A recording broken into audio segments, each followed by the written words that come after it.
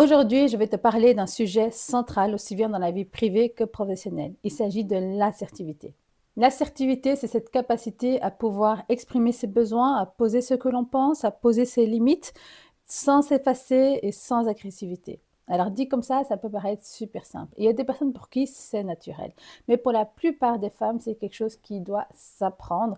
Et ça, c'est souvent lié aussi aux questions d'éducation. Et c'est de ça dont je vais te parler dans cette vidéo. Je suis Issa Nawash, autrice, formatrice en leadership.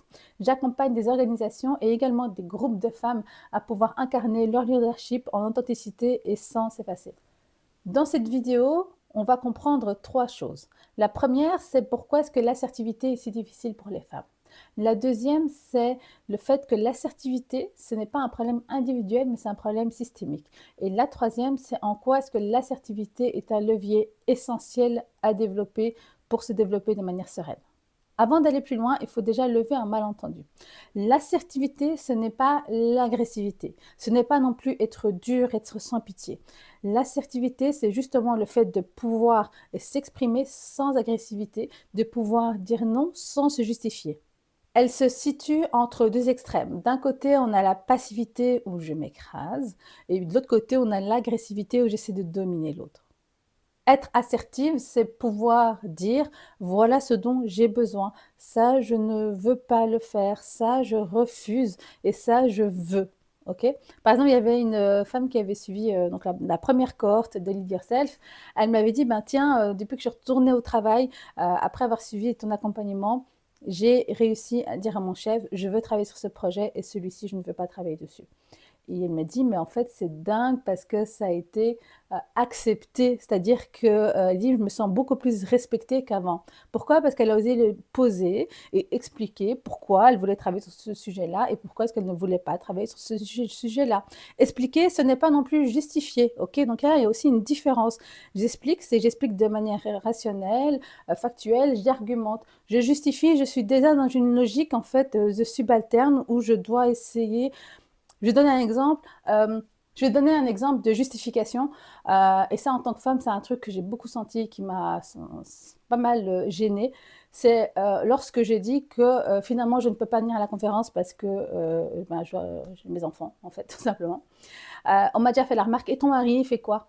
Et je me dis, mais en fait, depuis quand est-ce qu'on est tombé dans l'autre extrême, c'est-à-dire qu'en fait, pour être une femme épanouie, en fait, on doit limite plus s'occuper de nos enfants, c'est le mari qui doit tout faire. C'est pas ça, en fait. C'est pas ça l'équité, c'est pas ça l'égalité, c'est pas du tout ça. C'est-à-dire qu'en fait, personne n'a à rentrer dans mon couple et me dire qu'est-ce que fait ton mari, qu'est-ce que fait pas ton mari, ok? Et donc, et me justifier, ça aurait été de répondre à ça et de dire oui, mais en fait, mon mari, il est en déplacement ou il travaille ou quoi que ce soit.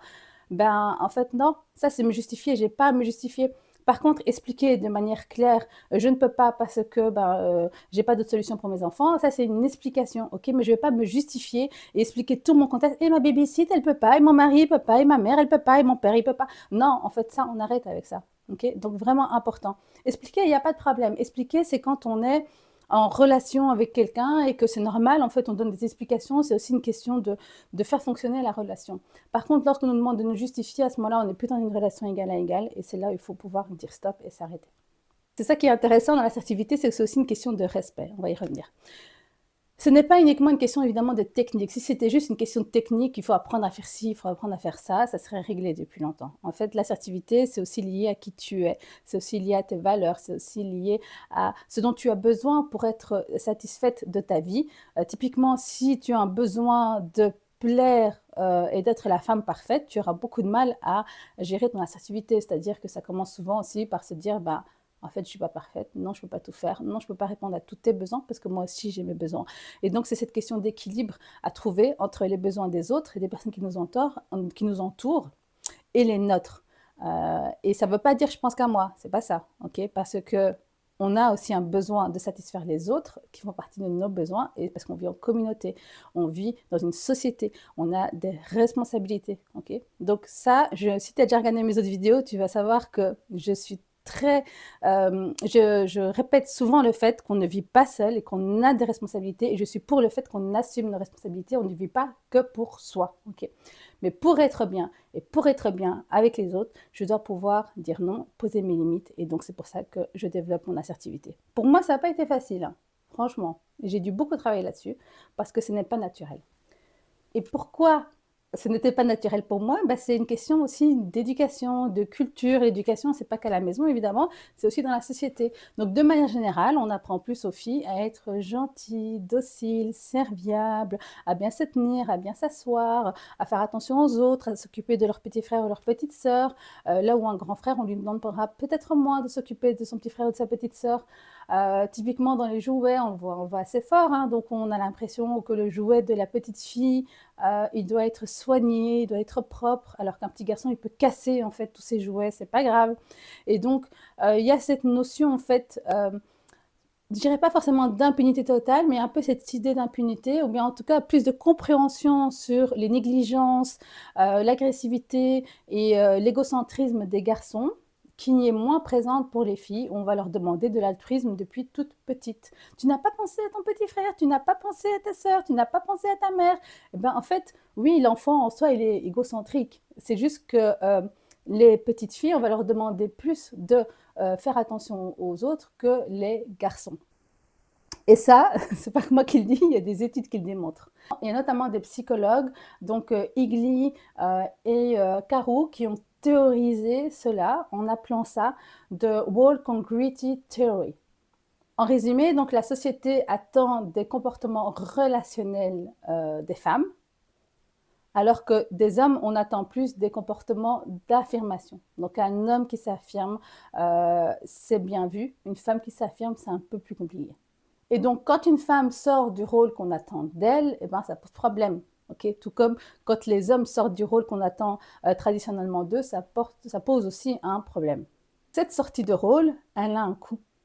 Okay, elle a un coût et il faut pouvoir le gérer. Et il faut pouvoir l'apprécier par rapport aux bénéfices que ça nous apporte. Et donc le problème, il n'est pas tant que ça dans l'assertivité des femmes, il est aussi dans le regard, enfin, surtout même dans le regard que la société porte aux femmes qui arrivent à développer cette assertivité. Et ça, par exemple, je le vois dans des groupes, j'ai des femmes qui n'ont pas de problème avec l'assertivité, mais qu'elles me disent j'ai accepté le fait qu'on me traite d'égoïste. Mais mon mari, en fait, il se comporte exactement de la même manière, on ne le traite pas d'égoïste. Et ça, c'est quand même assez intéressant. Mais donc, par exemple, cette femme-là, dans mon groupe, elle est complètement à l'aise avec ça parce qu'elle s'est dit en fait, je préfère qu'on me voit de cette manière-là, même si ça ne me plaît pas, plutôt que je sois dans une logique de sacrifice et que je tombe proche du burn-out et de l'épuisement total. Il y a ce backlash social qui se passe lorsqu'une femme arrive à affirmer son assertivité. Il y a également des chercheurs qui l'ont montré, notamment par exemple Laurie Rudman et Peter Glick, qui montrent quelque chose de très concret. Ils expliquent que donc, les femmes qui sont assertives subissent plus de sanctions sociales que les hommes.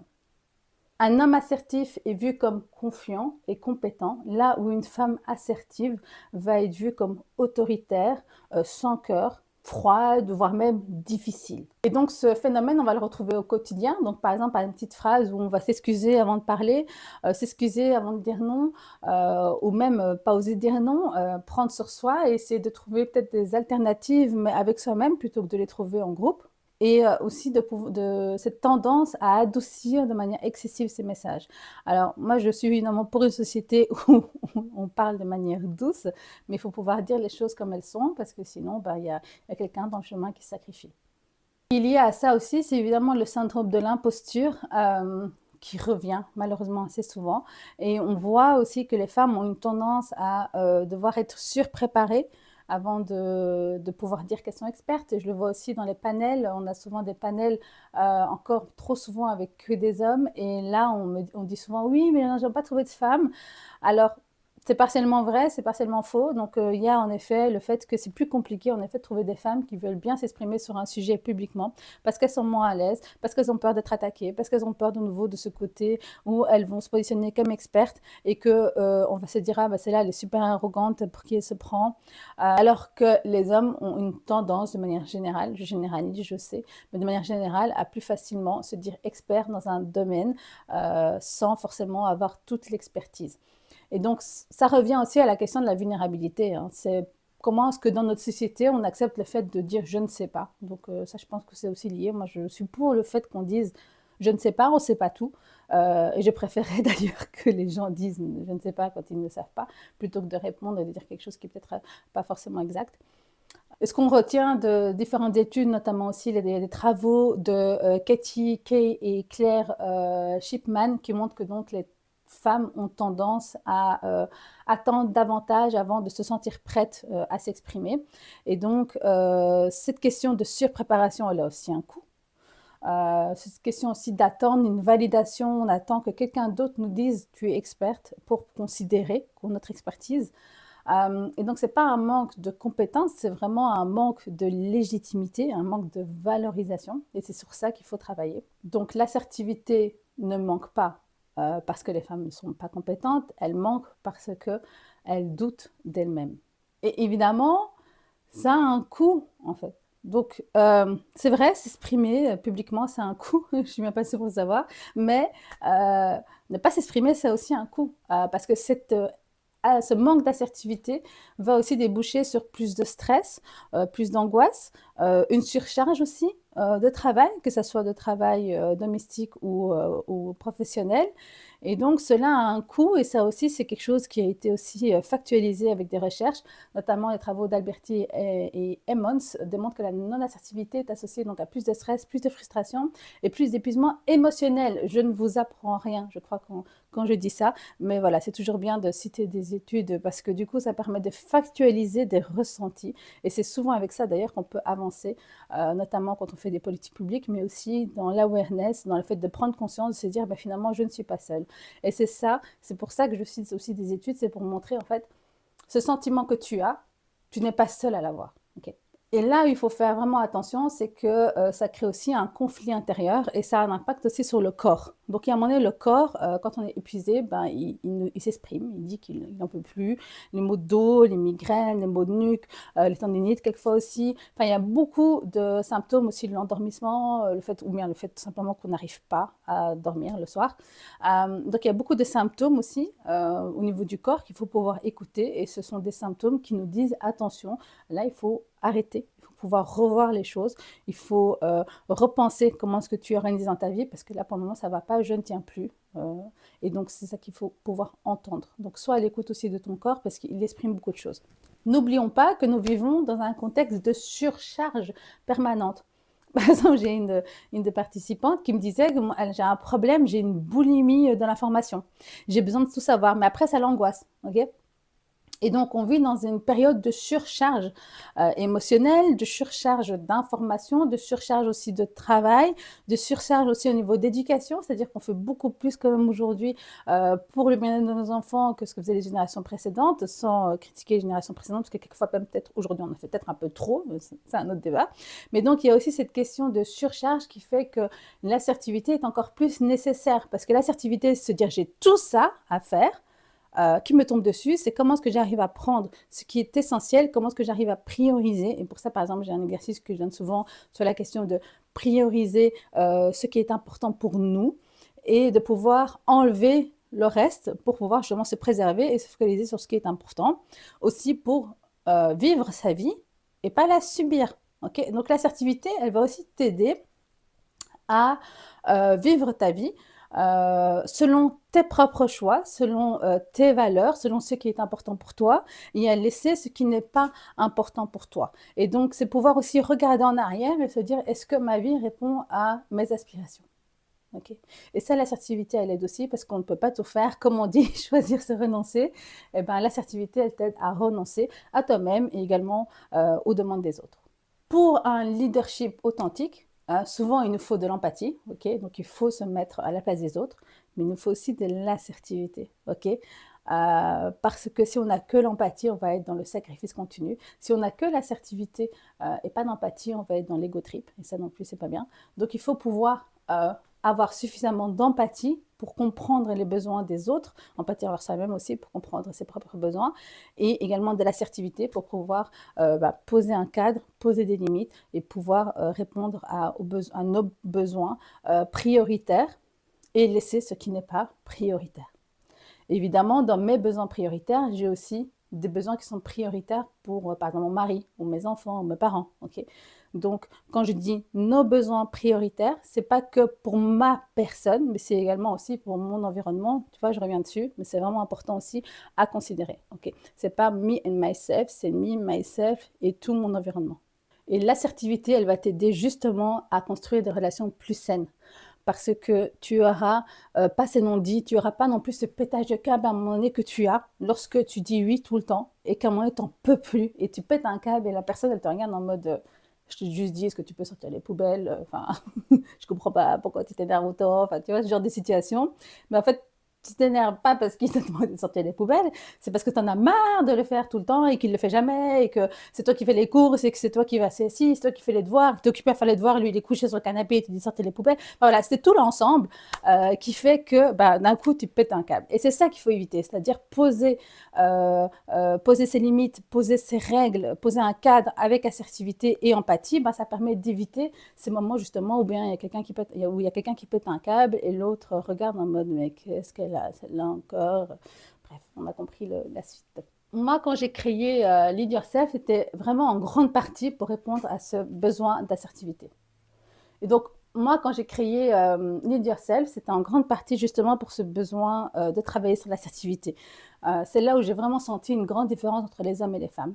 Et donc, à ça, c'est lié la question de comment je présente en public, comment est-ce que je me tiens, comment est-ce que je me positionne en réunion. C'est lié à beaucoup de choses. Okay, mais donc, pour moi, il y a beaucoup de choses qui sont que des techniques à apprendre, mais c'est vraiment travailler sur un ancrage plus fort, travailler sur cette question de quelles sont mes valeurs qui fait qu'on arrive à aller mieux dans sa vie. Et donc, dans l'IDIASEF, ce qu'on fait justement, c'est qu'on va aller chercher justement quelles sont tes valeurs, quelles sont tes priorités. Comme je disais un peu plus haut, qu'est-ce qui fait que tu vis ta vie et pas que tu subis ta vie. Et là, j'ai vu franchement plein de femmes compétentes, brillantes, engagées, qui ont envie de bien faire et qui se rendent compte à un moment donné de leur vie qu'elles n'ont pas fait ce qu'elles voulaient parce qu'elles ont été noyées par des contraintes qui ne sont pas les leurs. Okay, et donc, c'est pour ça que c'est important de travailler sur sa clarté intérieure. Travailler sur c'est quoi mon bien-être, avec quoi est-ce que je serai heureuse, travailler sur comment est-ce que je peux me respecter et me faire respecter. C'est quoi ma responsabilité individuelle dans toutes ces situations, okay? Quelle est la responsabilité qui ne m'incombe pas. Et donc c'est seulement quand on comprend ce qui nous freine qu'on arrive à travailler sur un cadre plus sécurisant pour soi comme pour toutes les personnes qui nous entourent. Le but, c'est pas de se durcir, mais c'est de pouvoir justement arrêter de se renier. L'assertivité n'est pas un trait de caractère. Okay. L'assertivité, c'est quelque chose qui se développe et qui s'apprend. Il y a plusieurs outils qui permettent de développer l'assertivité et on commence par savoir quels sont tes objectifs dans la vie, pourquoi tu existes, qu'est-ce que tu veux faire, qu'est-ce que tu veux dire.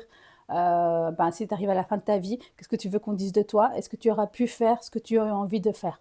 Avec un travail sur soi, on peut arriver à plus se faire respecter, arrêter de s'épuiser, arrêter de courir partout, préserver aussi son énergie et de continuer à pouvoir atteindre nos objectifs de manière consciente.